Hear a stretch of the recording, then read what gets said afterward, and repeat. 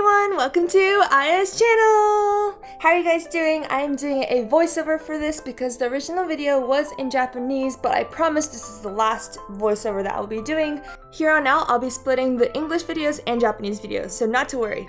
In the previous video, we worked on our forehand volley, so today's video will be about the backhand volley. Alright, so let's get started. I want to talk about the most important thing that you want to focus on when you're hitting your backhand volley. And that is to make sure that you're really gripping onto your grip at contact point. Just like the forehand volley, you want to make sure that your wrist is locked and set, very steady and firm when you're hitting that ball. The second important thing that I want you guys to focus on is making sure that your contact point is out in front of your body. So you never want to get it behind, because if you do that, the ball will be flying out. You want to make sure it is out in front of you and it's very steady and firm so you can hit that strong volley. So one thing I do want you to be careful on is, it's just like on the strokes as well. This goes for the strokes as well. When you're hitting your volley and I say I want you to make sure that you're really gripping onto that grip, make sure that you're only gripping it as tight as you can at contact point. If you are constantly gripping onto the grip before and after, your hands will get very tired, and the point of gripping it very tight, just like on your forehand and your backhand, is at contact point, is to make sure that the racket head is very firm, and it will make sure that your racket face is not changing throughout hitting the shot. Another thing that may be caused by you constantly gripping onto the grip so tight is that your shoulders start to rise, your body gets very tight because you're trying to add all this power constantly.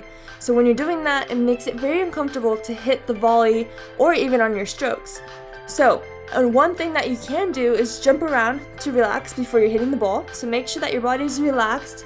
And then just at contact point, you want to make sure that you're making contact and you're gripping strong. Making contact, grip strong at contact, and make sure it's firm at contact.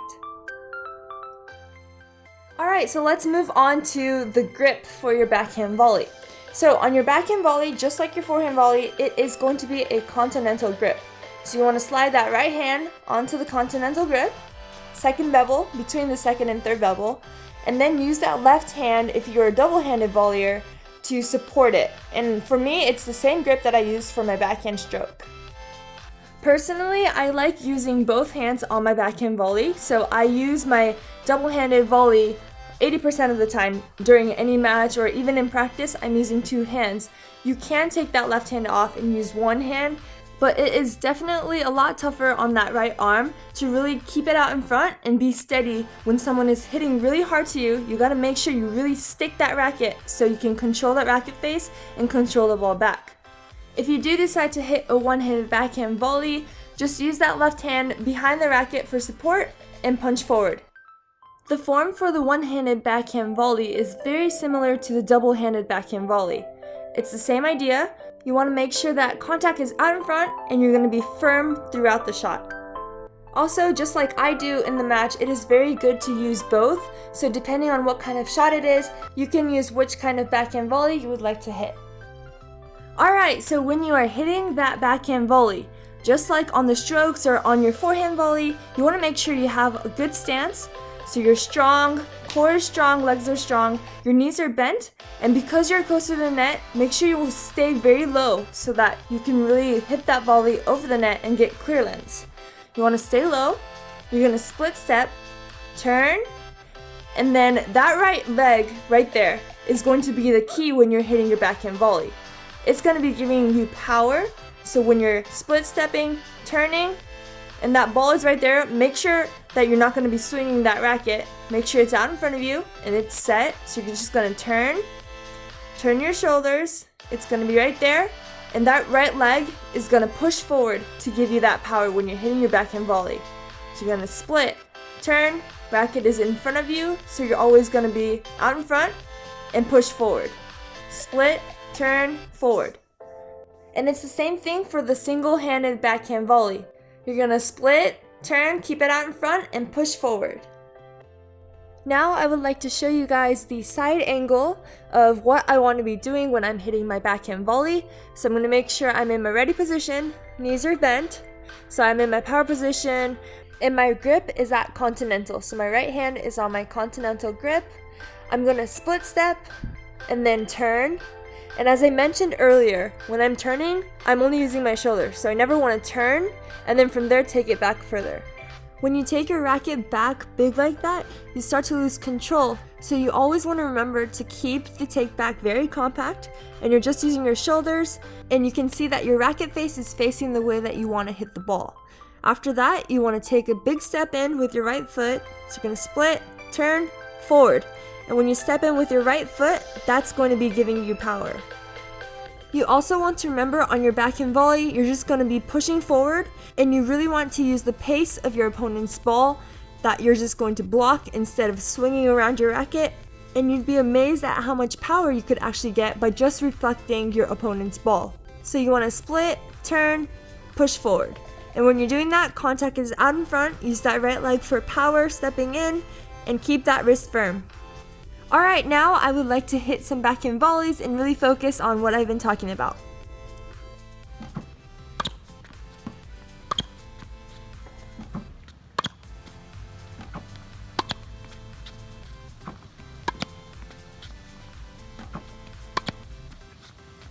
Also, I would like to talk about another thing that is very important. On your backhand volley, or even on your forehand volley, you're standing at the net, which is a lot closer to your opponent than standing on the baseline. So that means that the ball is traveling to you much faster and quicker, so you do not have that much time to prepare. As I mentioned earlier, that brings us back to how important the take back is. You want to make sure it is very compact and small, because otherwise you will be very late hitting your backhand volley. So you want to make sure that you're just really turning your body. You're not really taking the racket back, but you're going to turn your body, and you're always going to focus on really hitting that ball out in front of you. So you want to do a short, compact take back and push forward. Another thing that you want to remember when you are hitting your backhand volley is to never let your racket head drop like that. So when you drop the racket head, it makes it very hard to clear the net. You can see that my wrists are not firm and they're stretched out, and this usually happens when your opponent hits a lower ball to you. So then, when the ball is low, you want to make sure that you're going to get just as low as the ball, bend your knees. If you have to, just squat down. And make sure that the racket head is always going to be standing upright. Just because the ball is really low, make sure you don't drop the racket head, because when you do that, you lose the angle to get the ball over the net. So if you try to hit straight like that, you will end up hitting into the net, which we don't want. So even on those low ones, open up the racket head just a little bit so you can make sure you get the angle on your racket head to clear the ball over the net. So even on the low ones, make sure you split, stay low, and punch through. So earlier I mentioned that the takeback should be very compact and small. However, there's one exception when you can make your takeback a little bit bigger than normal. And that is when your opponent is hitting a very soft, high ball and the ball has no power or pace behind it.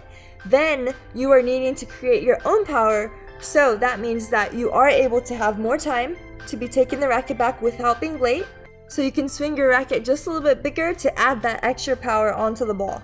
So when that ball is flying towards you and it has no pace, you can swing it just a little bit bigger, so you're going to take it back and then punch a little bit from high to low, so you're going to get that extra power. And you are standing closer to the net, so you will still be able to get it over the net and you will hit a very powerful shot.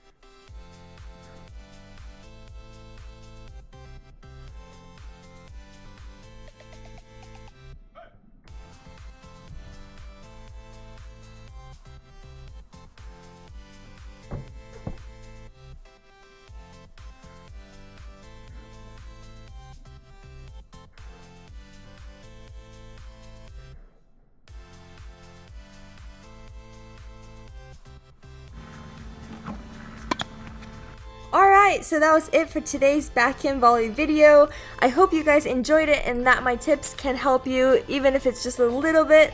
And now that we have done our forehand volley and our backhand volley, next we will be moving on to serves. So I have a lot of awesome tips that I can hopefully help you guys out on with serves as well. So please look forward to my upcoming videos, and if you haven't subscribed to my channel yet, make sure you subscribe down below and hit the like button for me if you enjoy this video. If you have any comments or questions, please leave that down below as well. Thank you guys for watching and see you soon!